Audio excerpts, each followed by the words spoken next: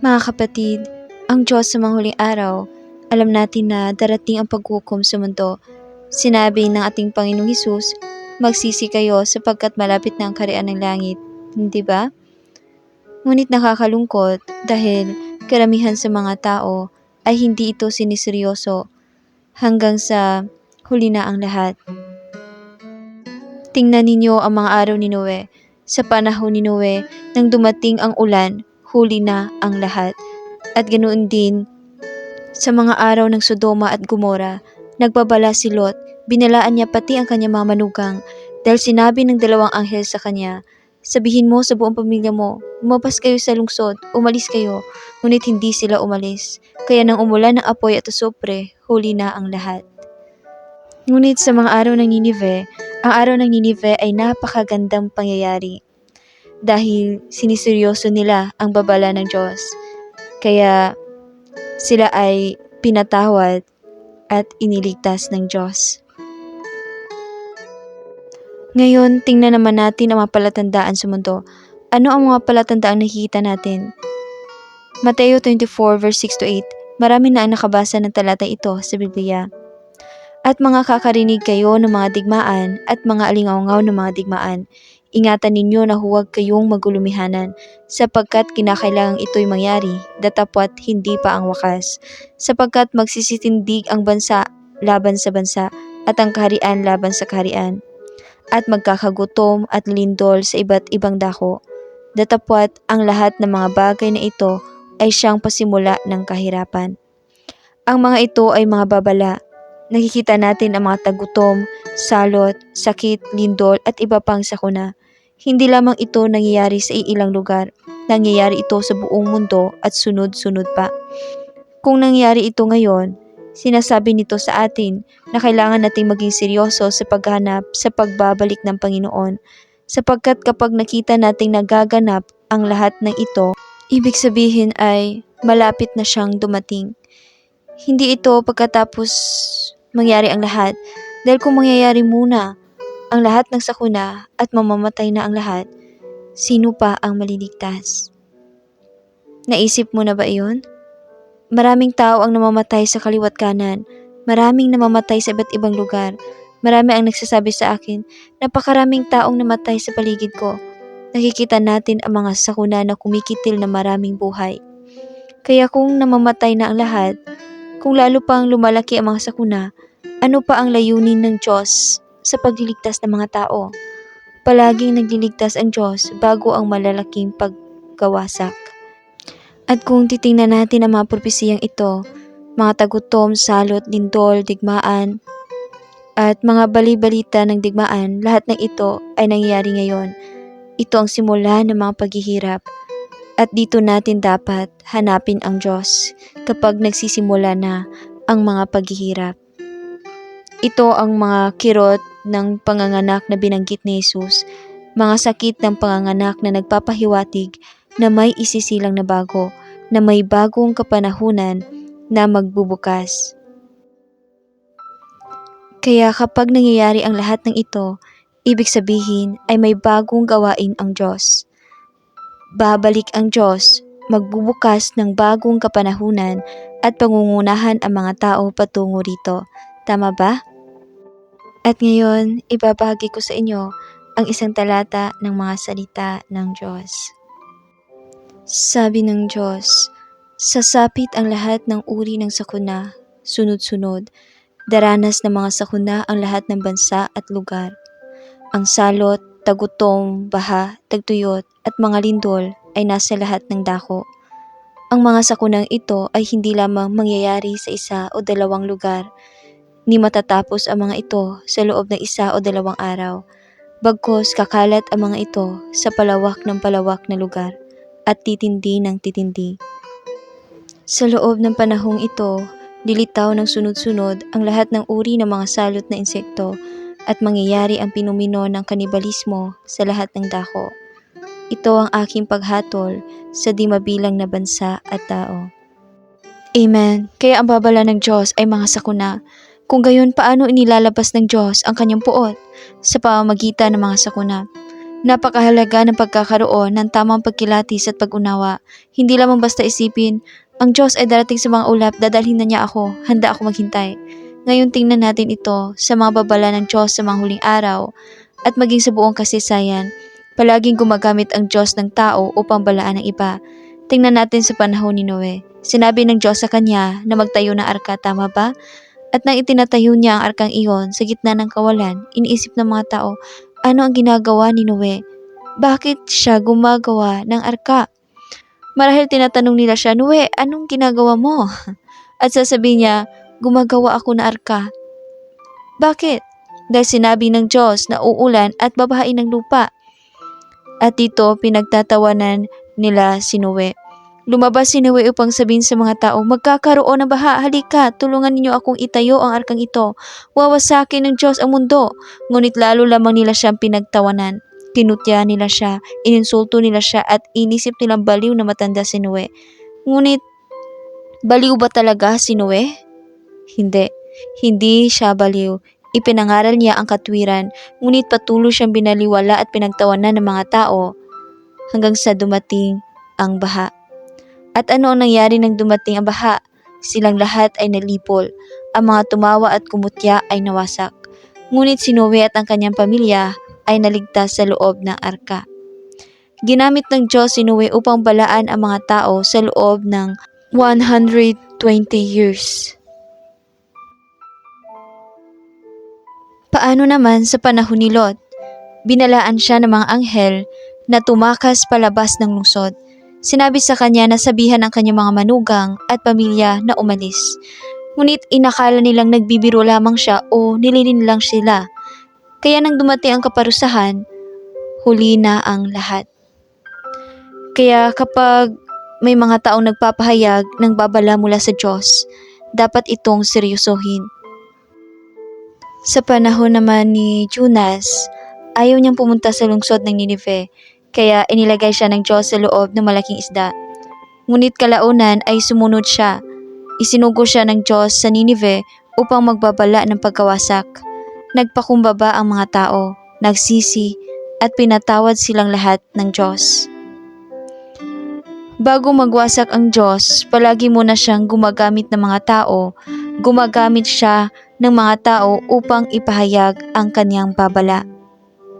Kaya gusto mo bang malaman kung paano darating ang Panginoon? Dahil sa paglipas ng panahon, marami ang hindi ito siniseryoso. Nanunuya sila, nagdududa, nagpapaliban, at hindi nila alam na ang pagkakataon ay hindi mananatili magpakailanman. Ngayon ay bukas ang pintuan patungo sa kaharian. Ibig sabihin, ang Panginoong Hesus ay nakabalik na. Ngunit malapit na itong magsara at mas malalaking sakuna ang darating at kikitil na maraming buhay. Lahat ng hindi makikinig sa babala ng Panginoong Hesus na nagbalik na at gumagawa ng gawain ng paghatol na nagsisimula sa sambahayan ng Diyos ay mapapahamak. Marahil itatanong mo, paano mo nalaman iyon, Crisanta? Dahil alam kong narito na ang Diyos at nabasa ko ang kanyang mga salita. Gumagawa siya ngayon ng paghatol na nagsisimula sa sambahayan ng Diyos at may mga tao sa buong mundo na tumanggap na sa kanyang pagbabalik at nakinig sa babala. Paano ka naman? Maaring ngayon mo palang ito naririnig. Lalabas ba ang babalang ito sa mga simbahan? Hindi. Ang babalang ito ay ibibigay lamang ng mga taong ginagamit ng Diyos, yaong mga tumanggap na sa kanyang pagbabalik. Kaya dapat mong pag-isipan ang kasaysayan ng mga babala at kung bakit gumagamit ang Diyos ng mga piniling tao, dahil alam ng Diyos ang kanilang puso. Alam niyang mapagkakatiwalaan sila upang patuloy na magbigay ng babala. Tulad ni Noe na nagbabala sa loob ng 120 years. Tapat siya. Si Lot ay tapat din. At maging ang hari ng Ninive ay nagpakumbaba at naging tapat. Kung makikita mo ang mga nangyari sa mundo ngayon, makikita mo ang mga babala. Kailangan mo lamang marinig na dumating na ang kasintahang lalaki. At kapag pinagsama-sama mo ang lahat, masasabi mo, wow, paano pa ako makatuto ng higit? Gusto kong matuto pa. Iyan ang dapat na maging laman ng puso ng tao. Kung titingnan natin ang kalagayan ng mundo ngayon at ang pananawagan na ang kasintahang lalaki ay nagbalik na, mas lalo tayong dapat maghangad na maghanap at magsiyasat. Sapagkat sinasabi sa Mateo na, at kung paano ang mga araw ni Noe, gayon din naman ang pagparito ng anak ng tao. Sapagkat gaya ng mga araw bago nagkagunaw, sila ay nagsisikain at nagsisiinom at nangag-aasawa at pinapapag-asawa hanggang sa araw na pumasok si Noe sa daong. At hindi nila nalalaman hanggang sa dumating ang paggunaw. At sila ay tinangay na lahat, ay gayon din naman ang pagparito ng anak ng tao. Mateo 24:37-39. Makikita mo na ang mga tao ay abala lamang sa kanilang sariling buhay. Ganoon din ang mga tao ngayon. Hindi nila namamalayan na nabubuhay na tayo sa mga araw ni Noe. Kumakain, umiinom, nagsasaya at iniisip lamang, ililigtas naman ako ng Diyos. Ang mga tao nung panahon ni Noe ay namuhay ng parang normal lamang. Binaliwala ang mga babala hanggang sa biglang dumating ang paghuhukom. Ang paghuhukom ay ang baha. Ang mga halimbawang ito ay hindi lamang mga kwento ng nakaraan. Mga babala ito para sa atin ngayon at sinasabi ito ng Biblia. Ang mga salita ng Diyos ay tiyak na matutupad. Kaya ang tanong ay hindi kung mangyayari ba, kundi kailan ito mangyayari. At kapag dumating na, magiging handa ka ba? O maabutan kang hindi handa? Alam ko kung nasaan ako sa aking paglalakbay. Alam kong nasa tamang landas ako. Sigurado ako roon. Ikaw ba? May pag-aalinlangan ka kung nasa tamang landas ka? Kung may pagdududa ka, marahil ay wala ka sa tamang landas, sapagkat dapat alam mo sa iyong puso na ikaw ay nasa tamang landas. Kung iniisip mo na dahil lamang naniniwala ka sa Panginoon, ay makakapasok ka na sa kaharian, dito ay nagkakamali ka ng akala. Sinabi ni Jesus, hindi lahat ng tumatawag sa akin ng Panginoon, Panginoon ay makakapasok sa kaharian ng langit, kundi ang gumagawa ng kalooban ng aking Ama na nasa langit. Kaya hindi sapat ang basta maniwala lamang. Kailangan nating gawin ang kalooban ng Diyos. Kung hindi mo matatanggap ang pagbabalik ng Panginoon, magagawa mo ba ang kalooban ng Diyos? Hindi talaga. Tingnan natin ang talinghaga ng 10 dalaga. Tanging ang may langis na nakahanda nang dumating ang kasintahang lalaki ang nakapasok. Ang mga hangal na dalaga ay may mga lampara, ngunit walang langis. Mukha silang handa, ngunit hindi pala. Ilan kaya sa mga Kristiyano ngayon ang mukhang handa, ngunit hindi naman talaga? Ilan ang kaya magsalita ng mga salita ng Diyos, ngunit ang puso ay hindi naghahanap at hindi nagsisikap? Ang matatalinong dalaga ay may langis. Handa ang kanilang puso, may pagkilatis sila, nagkahanda sila at nakapasok sila kasama ng kasintahang lalaki. Gaya ng sinasabi sa pahayag 3 verse 20. Narito ako'y nakatayo sa pintuan at tumutuktok. Kung ang sinuman ay duminig na aking tinig at magbukas ng pinto, ako'y papasok sa kanya at hahapong kasalo niya at siya'y kasalo ko. Nabubuhay tayo ngayon sa mismong mga araw na tinutukoy ng propesiya. Ang mundo, ang lipunan, at maging ang mga simbahan ay may mga palatandaan ng mga huling araw. Makikita ito sa lahat ng dako. Sa buong kasaysayan, palaging gumagamit ang Diyos ng mga tao upang magbigay ng babala sa kung ano ang darating. Sina Noe, Lot, Jonas at Juan Bautista. At ngayon ginagamit niya ang mga nakarinig na ng kanyang tinig sa mga huling araw upang sumigaw, bumalik na ang Panginoon, hanapin niyo siya bago mahuli ang lahat. Kaya inanyayahan ko kayong dumalo at sumama sa aming mga online na sermon at pangangaral, sapagkat sa pakikinig at pagsisiyasat, mas makikilala ninyo ang gawain ng Diyos at mas mauunawaan ninyo ang kanyang pagbabalik. Ang tunay na tanong para sa iyo ay ito: seryosohin mo ba ang babala o maghihintay ka hanggang sa magsara ang pintuan? Kapag nagsara na ang pintuan, ang ibig sabihin nito ay dumating na ang sakuna at natangay ka na nito. Iyan ang kahulugan ng pagsasara ng pintuan. O kaya naman ay tapos na ang gawain ng Diyos at bumaba na ang malaking pagkawasak. Kapag wala ng internet, wala ng kuryente, wala ng pagkain, at wala ka ng kakayahang umasa pa sa Panginoon sa panahong iyon. Kaya ngayon ang tamang panahon upang maghanap. Ngayon ang panahon upang makinig sa tinig ng kasintahang lalaki sapagkat siya ay nasa pintuan na. Mateo 24 verse 44. Kaya nga kayo'y magsihanda naman sapagkat paririto ang anak ng tao sa oras na hindi ninyo iniisip. Mayroon akong isang talata ng mga salita ng Diyos na ibabahagi sa inyo. Ang talatang ito ay hindi nakatala sa Biblia, kundi mula sa mga bagong salitang ipinahayag ng Diyos sa mga huling araw. Paano ko nalaman na nagbalik na ang Diyos? Dahil nabasa ko ang kanyang mga bagong salita. Ang Diyos ay nagsalita na ng milyon-milyong bagong salita ngayon at sa pamamagitan ng mga salitang ito ay makikilala natin ang tinig ng Diyos. Tinutupad nito ang mga propesiya na nagsasabing, nakatayo ako sa pintuan at tumutuktok. Dinirinig na aking mga tupa ang aking tinig at sila'y aking nakikilala at sila'y sumusunod sa akin. Ang may pandinig ay makinig sa sinasabi ng Espiritu sa mga iglesia.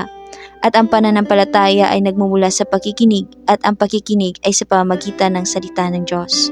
Ngayon babasahan ko kayo ng isang talata mula sa mga bagong salita ng Diyos at iiwan ko ito sa inyo upang pag-isipan, pagbulayan at pagtuunan niyo ng pansin.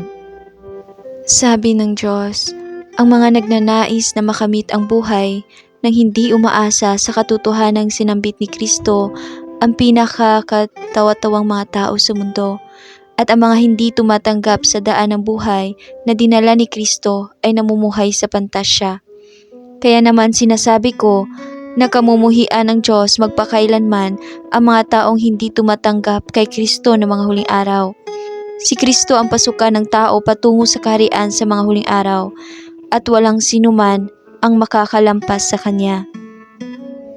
Kung hindi sa pamamagitan ni Kristo, walang magagawang perpekto ng Diyos. Nananampalataya ka sa Diyos, kaya dapat mong tanggapin ang Kanyang mga salita at dapat ka magpasakop sa Kanyang salita. Huwag kang mag-isip lang na magkamit ng mga pagpapala habang hindi mo magawang tanggapin ang katotohanan at ang pagtustos ng buhay. Dumarating si Kristo sa mga huling araw upang mabigyan niya ng buhay ang lahat ng sinserong nananampalataya sa Kanya, alang-alang sa pagtatapos ng lumang kapanahunan at pagpasok sa bago, kaya umiiral ang gawaing ito at ang gawaing ito ang landas na dapat tahakin ng lahat ng papasok sa bagong kapanahunan.